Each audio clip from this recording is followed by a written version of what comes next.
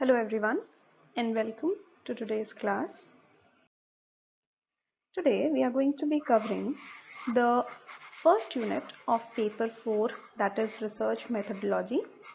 आपके first unit के जो इनिशियल टॉपिक्स हैं वो आज हम इस प्रेजेंटेशन में कवर करेंगे. The initial topics are facts, values, knowledge and concepts, and also we are going to cover the meaning and definition of research in this very presentation. तथ्यों से शुरू करते हैं. Facts. Now the term fact as visible in the slide is truth about the world, यानी it is something objective. ये किसी भी personal opinion या personal perception point of view से vary नहीं करता, different नहीं होता. ये एक ऐसा सच है जो आसानी से measurable हो, आसानी से verifiable हो. So it is a statement about some aspect of objective reality. So when we say objective reality, that means it is a reality which is true for everybody. ये किसी के भी दृष्टिकोण से बदलने वाली रियलिटी नहीं है. फॉर एग्जाम्पल, अगर हम एक सवाल पूछें कि what is the average number of rape cases last year? पिछले साल औसत रेप केसेस कितने इंडिया में रिपोर्ट किए गए? नाउ अब इसमें ऐसा नहीं है that somebody would say 30%, somebody would say 50%, somebody would even say 90%. No. Whatever is the answer of this question is a fact. अगर उसे सही तरीके से पता लगाया गया है इस सवाल का जवाब, then it will be a fact. ये एक पर्सन से दूसरे पर्सन के परसेप्शन या पॉइंट ऑफ व्यू से इसका आंसर वैरी नहीं करेगा. Another example, अगर हम सवाल पूछें what is the average rate of verdicts on harassment cases at workplace, यानी कामकाजी महिलाओं में harassment cases के verdicts कितने आते हैं, इसमें भी जवाब एक फिक्स नंबर होगा, एक वैल्यू या एक डेटा. बट ये भी पर्सन टू पर्सन वेरी नहीं करेगा, ये एक फैक्चुअल इंफॉर्मेशन है. Another example, what is the average level of literacy in Indian female population? इसका जवाब भी एक fact है. This is an objective reality. It does not depend कि इस पे कौन विश्वास करता है या नहीं करता है. It is a fact and it will remain unchanged. So this is what we call a fact. इन सारे सवालों के accurate answers actual facts हैं. इसका अगर आप गलत जवाब देते हैं then it is a mistake or a lie, but it would not be a fact. So there are many useful kind of facts, especially वो facts जो कि दूसरों द्वारा वेरीफाई किए जा सकते हैं. धरती से सूरज की दूरी एक तय है. अगर आपको कोई बताता है कि इतनी दूरी धरती और सूरज के मध्य है तो वो आप वेरीफाई कर सकते हैं. So that is the most useful kind of facts, because हम कोई scientific experiment, investigation के माध्यम से ये convince कर सकते हैं that yes, it is an authentic fact, ये एक verifiable fact है. कुछ दूसरे किस्म के तथ्य भी होते हैं, facts भी होते हैं. For example, जिन्हें समझ पाना मुश्किल होता है, जिन्हें ढूंढ पाना या verify कर पाना मुश्किल होता है. ये अननोन फैक्ट्स हैं. फॉर एग्जाम्पल, ये ज़रूरी नहीं कि हम ये पता कर पाएँ कि ग्लोबल वार्मिंग क्यों हो रही है, सिर्फ ह्यूमन एक्टिविटी की वजह से ही हो रही है या अर्थ अपना ही कोई प्रोसेस चला रही है. बट इसका अर्थ ये नहीं है कि इसके जवाब स्वरूप कोई फैक्ट नहीं हो सकता. अभी हम पहुंचे नहीं हैं उस फैक्ट तक, उस जवाब तक हम पहुंचे नहीं हैं. So facts they exist at every point on the spectrum between what is knowable and what is unknowable. All right? यानी जो हम जानते हैं और जो हम नहीं जानते, उन सब पर facts आपको मिलेंगे. जो हम नहीं जानते वहाँ भी facts exist करते हैं, अभी हमने उन्हें पहचाना नहीं है. Again, facts are not dependent on your own point of view, your own perception. They are simply facts. You want to believe them, believe them. You don't want to believe them, that doesn't change the authenticity of those facts. तो ये हुए तथ्य। यहाँ major शब्द है objective reality, यानी ऐसी reality जो वेरीफाइबल है, मेजरेबल है, मेरे लिए भी वही सही है और आपके लिए भी वही सच है। But when it comes to values, यहाँ शब्द आ जाता है सब्जेक्टिव एलिमेंट। सब्जेक्टिव एलिमेंट माने वो एलिमेंट जो कि पर्सन टू पर्सन, आपके पॉइंट ऑफ व्यू, आपके बिलीफ सिस्टम, आपके परसेप्शन पर वेरी कर जाता है। ये फैक्ट से अलहदा इसलिए होते हैं क्योंकि ये सिचुएशन के हिसाब से चेंज हो सकते हैं। दोबारा से कुछ सवाल लेते हैं। फॉर एग्जाम्पल, अगर हम पूछें कि विमेन बेस्ड रिफॉर्म पॉलिसी में कौन बेटर परफॉर्म करता है, कांग्रेस या बीजेपी? अब हो सकता है मैं कहूं कांग्रेस बेटर है, आप कहें बीजेपी बेटर है, क्योंकि आपका परसेप्शन आपको उस चीज को सही बताता है, मेरा परसेप्शन मुझे इसका एक अलग जवाब को सही बताता है। या कोई दूसरा सवाल, should women be made to work late in nights just like their male counterparts? क्या महिलाओं को भी रात तक लेट तक काम करवाया जाना चाहिए पुरुषों की तरह, क्योंकि हम जेंडर इक्वालिटी की बात करते हैं? तो एक महिला होने के नाते हो सकता है मैं कहूंगी कि नहीं, ये गलत है, महिलाएं रात को सेफ नहीं होती। हो सकता है एक पुरुष होने के नाते आपको इस बात में सच्चाई लगे, आपको लगे कि नहीं, जब आप लैंगिक समानता की बात करते हैं तो वर्किंग आवर्स भी सेम होने चाहिए, late night office, late night shifts में भी महिलाओं को काम करना चाहिए। So this is what these kind of informations are value based information. They vary as per your perception, your point of view, your beliefs. एक और सवाल, is it really necessary to grant menstrual day leave to women? मासिक धर्म के दौरान महिलाओं को छुट्टी देना क्या सही है? कुछ कहेंगे हाँ बिल्कुल सही है, कुछ कहेंगे नहीं, इससे उन्हें अनड्यू एडवांटेज मिलता है। सो अगेन, इन सवालों के जवाब फैक्चुअल नहीं हो सकते, इन सवालों के जवाब आपके परसेप्शन के हिसाब से चेंज हो सकते हैं, आपके बिलीफ सिस्टम के हिसाब से चेंज हो सकते हैं। मेरा ओपिनियन कुछ है, मेरे एक्सपीरियंसेस कुछ हैं, उस आधार पर मैं इन सवालों के जवाब कुछ और दूंगी और आप अपने ओपिनियन और एक्सपीरियंसेस के आधार पर इन सवालों के जवाब कुछ और देंगे। सो that is about facts and values. And what is the fact value distinction, यानी फैक्ट और वैल्यू में एक बेसिक डिफरेंस होता क्या है? फैक्ट इज व्हाट इज, यानी क्या है, ये फैक्ट है, क्या हो सकता है या क्या होना चाहिए ये वैल्यू हो सकता है। यानी what is a fact, what ought to be is a value. So the fact value distinction, there is a very thin line between what is truth and what is right. यानी जो सच्चाई है वो उसे हम कह सकते हैं फैक्ट, और क्या सही लगता है हमें वो उसे कह सकते हैं हम वैल्यू। हो सकता है आपके पास सवाल आए कि पिछले साल कितने रेप केसेस रिपोर्ट हुए, आप कहते हैं 90%, but you don't consider it right, you think no this can be true. So but a fact is एक तथ्य जो है वो इस चीज का मोहताज नहीं है कि आप उसे माने अथवा नहीं माने। There has always been a source of conflict between science and ethics. अब हम रिसर्च मेथोडोलॉजी में फैक्ट्स और वैल्यूज या नॉलेज और कॉन्सेप्ट्स को क्यों पढ़ें? Why? Because we will have to determine the difference, the distinction between fact and value. आप जब रिसर्च करते हैं तब you should be as factual in your approach as possible. You should not give in, or you should not be biased as per what your values are or what you want to believe, because then your research or your study would be biased, it would not be neutral. In order for your study to be neutral and unbiased, your approach should always emphasize upon facts rather than values.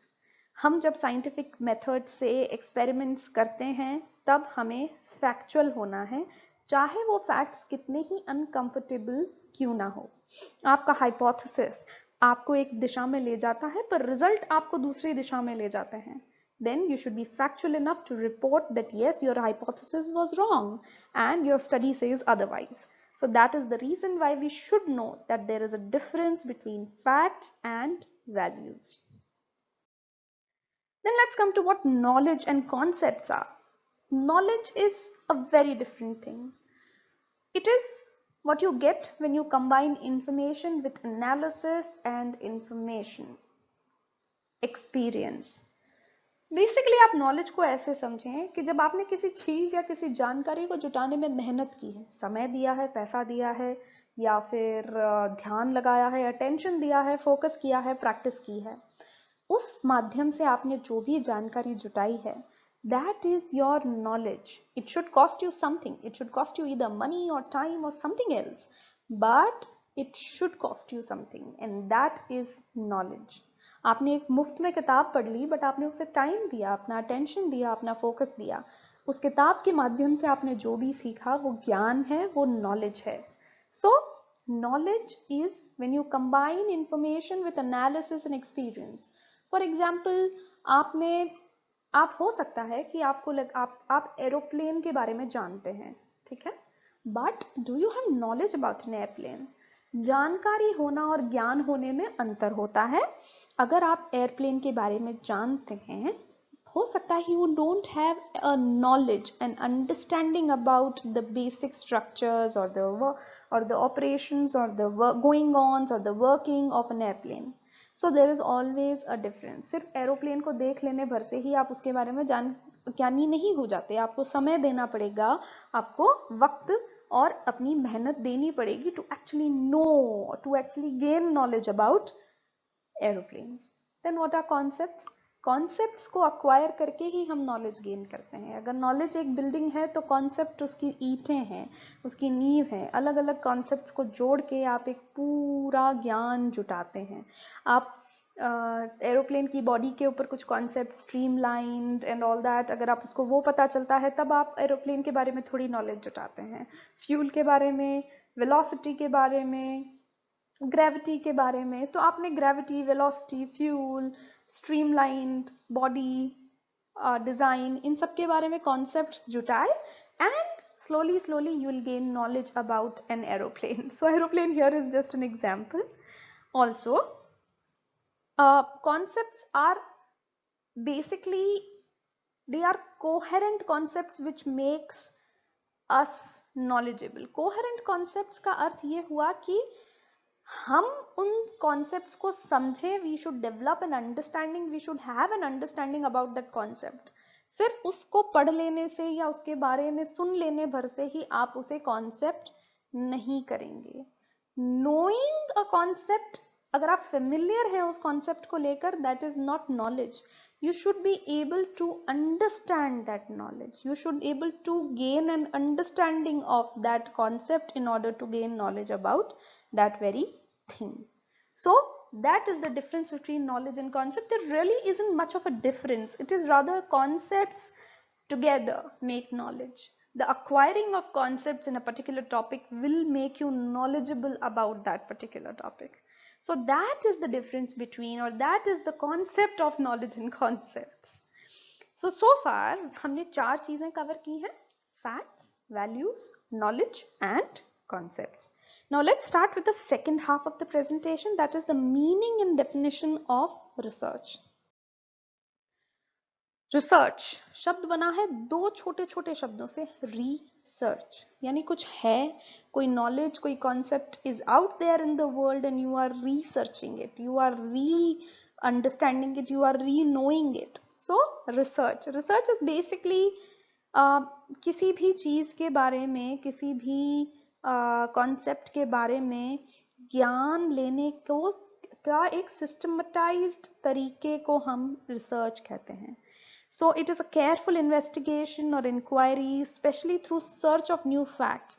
यानी कोई भी branch जो exist करती है, कोई भी दिशा किसी भी कॉन्सेप्ट में जो एग्जिस्ट करती है, उसके बारे में नई जानकारी, उसके अननोन पहलुओं को उजागर करना सिस्टमैटिक तरीके से, इस प्रक्रिया को हम शोध कहते हैं, रिसर्च कहते हैं. So here the key word is systematised. आप अनइंटेंशनली आपने कुछ डिस्कवर कर दिया, that is not research. Okay, आपने इंटेंशनली किसी चीज की खोज करने, किसी चीज को उजागर करने के उद्देश्य से सेट ऑफ स्टेप्स को फॉलो करके, एक प्रोसेस को फॉलो करके आपने कुछ चीज को उजागर किया, that is research. So it is a movement from known to unknown. It is a voyage of discovery. बहुत खूबसूरती से हम रिसर्च को ये बोलते हैं कि ये कुछ ना कुछ उजागर करने की एक जर्नी है, बट ये हम आंसर्स में नहीं लिख सकते। हमें लिखना क्या है? It comprises of defining and redefining problems. Problem here समस्या नहीं है, प्रॉब्लम आपका सवाल। आपके दिमाग में ऐसा कौन सा सवाल है जिसका जवाब आप निकालना चाहते हैं शोध करके, so that is problem. Then we formulate hypothesis और सजेस्ट सोल्यूशन, कि हमारे दिमाग में कोई सवाल है, उसका पॉसिबल सोल्यूशन ये हो सकता है, that is your hypothesis. Then you collect and organise evaluate data, आप उसके संबंध में जानकारी जुटाते हैं, आप उसके संबंध में आंकड़े जुटाते हैं। Then you make deductions and you reach conclusions, आप उसके आधार पर निष्कर्ष निकालते हैं, उसमें से ट्रेंड्स आउटलाइन करते हैं। And at last you carefully test those conclusions you test those conclusions to determine whether they fit your hypothesis or not। यानी आप उन निष्कर्षों को दोबारा से टेस्ट करते हैं, परखते हैं, ताकि ये पता लग सके कि आपने जो पॉसिबल सोल्यूशन बोला था, क्या सच में उस प्रॉब्लम का यही सोल्यूशन निकला अथवा कुछ और ही निकल के आया। इस पूरे प्रोसेस को हम रिसर्च बोलते हैं। There are various definitions. I have attached some of the documents, some of the PDFs with this presentation as well. Do go through those presentations. You will find numerous definitions of research in those documents. So let's discuss another definition. The manipulation of things, concepts or symbols for the purpose of generalizing to extend, correct or verify knowledge. यानी जो concept already आपको पता है, उनको investigate करना, उनको manipulate करना, ताकि कुछ ऐसी जानकारी जुटाई जा सके जो कि अननोन कॉन्सेप्ट्स को उजागर करे। यानी एक ऐसा ओरिजिनल कंट्रीब्यूशन है एग्जिस्टिंग स्टॉक ऑफ नॉलेज में। यानी हम मान लीजिए पेड़ों के ऊपर एक सेट जानकारी जानते हैं, पेड़ इस तरीके से फोटोसिंथेसिस करते हैं, इस तरीके से उनका कैपिलरी एक्शन से न्यूट्रिएंट्स अपटेक होता है, इस तरीके से वो CO2 लेते हैं, ऑक्सीजन छोड़ते हैं। Then what happens? इसके बाद आपने ये एग्जिस्टिंग स्टॉक ऑफ नॉलेज है, इसके अंदर आपने और भी कुछ जोड़ दिया।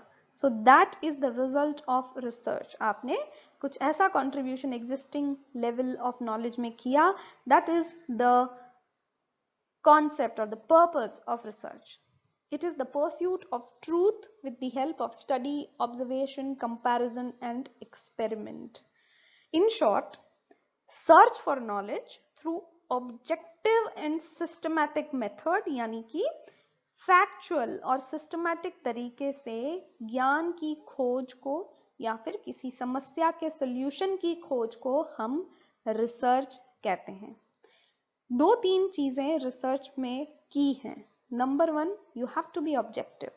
Number 2, you have to be systematic. The approach that you take up in any research has to be a systematic one. So it is a systematic method consisting of number 1, आप प्रॉब्लम को enunciate करें, यानी problem को clear करें, okay this is the problem I am going to research. Then आप एक hypothesis बनाएं, उसके संबंध में आप कलेक्शन करें फैक्ट्स का, डेटा का, उन फैक्ट्स को एनालाइज करें, कुछ निष्कर्षों पर पहुंचे सोल्यूशन के रूप में, और फिर आप ये देखें कि क्या सच में आपकी समस्या का ये सोल्यूशन है, और उसके आधार पर आप कोई थ्योरी या कोई डिस्कवरी कर सकते हैं। So this is what we mean by research. काफी अलग अलग definitions को हमने डिस्कस किया, काफी अलग अलग पहलुओं को हमने डिस्कस किया to actually gain an understanding about what research is.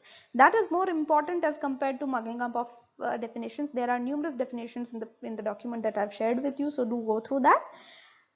So with that we come to an end of knowledge, facts, values and concepts, and also the meaning and definition of research.